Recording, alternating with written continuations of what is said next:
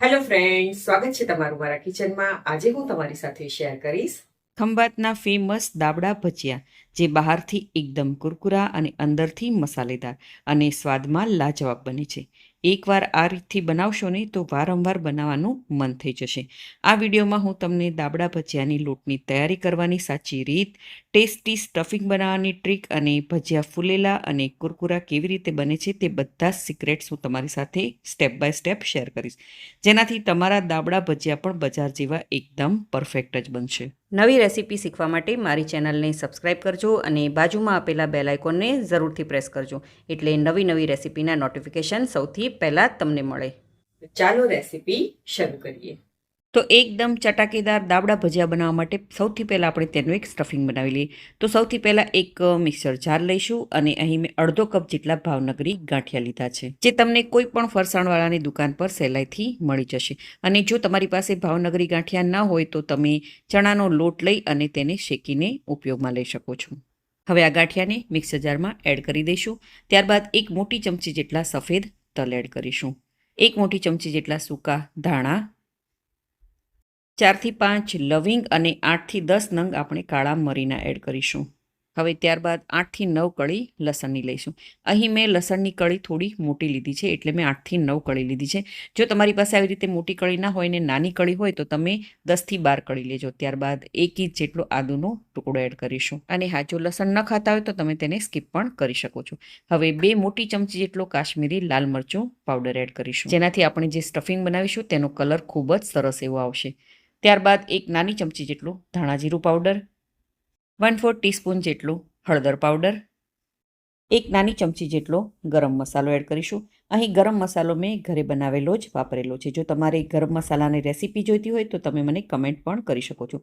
એક ચપટી જેટલી હિંગ, ત્યારબાદ સ્વાદ પ્રમાણે મીઠું એડ કરીશું. હવે મિક્સર જારનું ઢાંકણ બંધ કરી આપણે તેને કરકરું ગ્રાઇન્ડ કરી લેવાનું છે, એટલે કે મિક્સરને ચાલુ બંધ કરી અને સરસ એવું ગ્રાઇન્ડ કરી લેવાનું છે. તો તમે જોઈ શકો છો કે આપણું આ સ્ટફિંગ જે છે તે સરસ એવું વટાઈ ગયું છે અને તેનું ટેક્સચર છે તે આવી રીતે કરકરું જ રાખવાનું છે. હવે તેને આપણે એક પ્લેટમાં કાઢી લઈશું.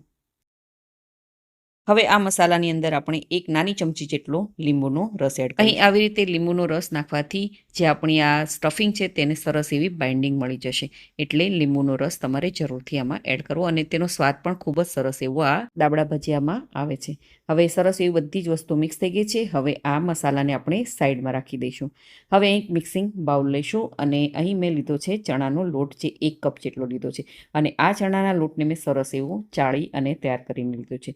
ચણાના લોટને હંમેશા કોઈ પણ ફરસાણ બનાવો ત્યારે તમારે ચાળીને જ ઉપયોગ કરવાનો છે. ત્યારબાદ અહીં 2 મોટી ચમચી જેટલો આપણે ચોખાનો લોટ એડ કરીશું.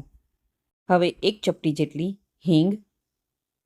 હવે મેં અડધી નાની ચમચી જેટલો અજમો લીધો છે. અજમાને આવી રીતે હાથમાં લઈશું અને તેને સારી રીતે આપણે મસળી દઈશું અને ત્યારબાદ તેને પણ આપણે એડ કરી લઈએ.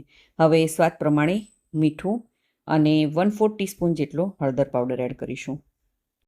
હવે 1 મોટી ચમચી જેટલી ઝીણી સુધારેલી કોથમીર. હવે થોડું પાણી એડ કરતા જઈશું અને એક સરસ મજાનું આપણે બેટર તૈયાર કરી લઈશું. તમારે એ વાતનું ખાસ ધ્યાન રાખવાનું કે પાણી એકસાથે એડ નથી કરવાનું, થોડું પાણી એડ કરતા જવાનું છે અને એક સરસ મજાનું આપણે બેટર તૈયાર કરી લેવાનું છે. અહીં આપણે આ બેટરની અંદર બિલકુલ પણ સોડાનો ઉપયોગ નથી કરવાના, પરંતુ આ બેટરને આપણે 3 થી 4 મિનિટ આવી રીતે કન્ટિન્યુ હલાવતા જવાનું છે. તેથી હવાના કણો ભરાશે બેટરની અંદર અને આપણા જે ભજીયા છે તે સરસ એવા ફૂલેલા અંદરથી જાળીદાર બનશે. તો તમે જોઈ શકો છો કે બેટર આપણું સરસ મજાનું તૈયાર થઈ ગયું છે. આ રીતની કન્સિસ્ટન્સી આપણે બેટરની રાખવાની છે, એટલે કે બેટર એક ધારે પડે એ રીતનું આપણે બેટર તૈયાર કરવાનું છે. અને આ બેટરને બનાવતા મને અડધા કપમાં થોડું એવું પાણી વધ્યું છે, એટલા પાણીની મને જરૂર પડી છે. હવે આ બેટરને આપણે સાઈડ પર રાખી દઈશું. હવે મેં અહીં આપણે વેફર બનાવવાનું જે મશીન આવે છે તે મેં લીધું છે. આ રીતનું જે ચિપ્સ આપણે બનાવીએ છીએ બટેકાનું, એ રીતના મશીન આપણે લેવાનું છે, તેથી બટેકાની જે આપણે ચિપ્સ પડે તે એક સરખી પડે. હવે મેં અહીં એક મોટી સાઇઝનું બટેકું લીધું છે, તેને આવી રીતે આપણે ચિપ્સ પાડી લઈએ. અહીં એ વાતનું ખાસ ધ્યાન રાખવાનું કે થોડી મોટી સાઇઝનું બટેકું હશે તો આપણી જે ચિપ્સ છે તે મોટી પડશે અને જેમ ચિપ્સ આપણી પડતી જાય તેમ પાણી ભરેલા બાઉલની અંદર આપણે બટેકાની ચિપ્સને એડ કરતું જવાનું છે, તેથી જે બટેકા છે તે કાળા નહીં પડે. અને જો તમારી પાસે આ રીતનું ચિપ્સ પાડવાનું મશીન ના હોય તો તમે ચપ્પાની મદદથી એકદમ પાતળી પાતળી સ્લાઇસ કરી લેજો. તો તમે જોઈ શકો છો કે મેં બટેકાની ચિપ્સને રેડી કરી લીધી છે અને આ રીતની સરસ મજાની પાતળી એવી ચિપ્સ આપણી તૈયાર થઈ ગઈ છે. અને આ રીતે જ આપણે પાણી ભરેલા બાઉલની અંદર ચિપ્સને રાખવાની છે, તેથી જે ચિપ્સ છે તે થોડી કડક થઈ જાય. હવે આપણો મસાલો પણ રેડી છે અને ચિપ્સ બનીને પણ તૈયાર છે. હવે આ રીતે આપણે એક એક ચિપ્સ લેતા જઈશું અને આપણે જે સ્ટફિંગ બનાવ્યું છે તેને આવી રીતે બટેકાની સ્લાઇસ પર આપણે સેટ કરી દઈશું. અહીં આ સ્ટફિંગ છે તે તમે વધારે કે ઓછું પણ લગાડી શકો છો.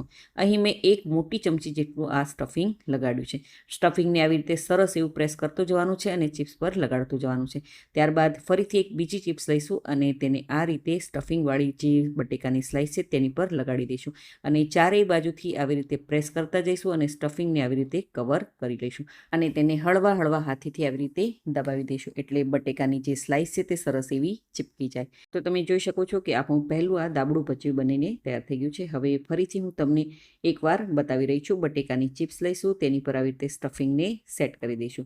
ત્યારબાદ બટેકાની બીજી ચિપ્સ લઈ હળવા હાથેથી તેને આપણે દબાવી દઈશું અને સરસ એવું તેને તૈયાર કરીશું. તો આવી રીતે બધા જ ભજીયાને આપણે બનાવી અને તૈયાર કરી લેવાના છે. તો તમે જોઈ શકો છો કે બધા ભજીયા મેં તૈયાર કરી લીધા છે. હવે મીડિયમ ગેસની ફ્લેમ પર તેલને મેં પહેલેથી જ ગરમ કરવા માટે રાખી દીધું હતું. તો તેલ આપણું ગરમ થયું છે કે નહીં તે ચેક કરી લઈએ. થોડું એવું બેટર એડ કરીએ છીએ તો બેટર છે તે તરત જ ઉપર આવી જાય છે. દેટ મીન્સ કે આપણું તેલ છે તે પરફેક્ટ ગરમ થઈ ગયું છે. તો હવે રાશિયાની આપણે જે બેટર બનાવીને રેડી કર્યું હતું તેમાં આ રીતે દાબડા ભજીયાને એડ કરતા જઈશું અને ચારેય બાજુથી આપણે બેટરથી ભજીયાને સરસ એવું કોટ કરી લઈશું અને થોડી સેકન્ડ માટે આવી રીતે રાખી દઈશું, તેથી જે એક્સ્ટ્રા બેટર છે તે નીકળી જાય. હવે ગરમ ગરમ તેલમાં આપણે ભજીયાને એડ કરતા જઈશું. તેલમાં સમાય એટલા આપણે ભજીયાને એડ કરવાના છે અને મીડિયમ ગેસની ફ્લેમ પર આપણે ભજીયાને સારી રીતે તળી લેવાના છે. અહીં એ વાતનું ખાસ ધ્યાન રાખવાનું કે હાઈ ગેસની ફ્લેમ પર આપણે ભજીયા નથી તળવાના, નહીંતર બહારથી લાલ થઈ જશે અને અંદરથી કાચા રહી જશે. અને લો ગેસની ફ્લેમ પર પણ ભજીયા નથી તળવાના, નહીંતર તે વધારે પડતું તેલ પી જશે.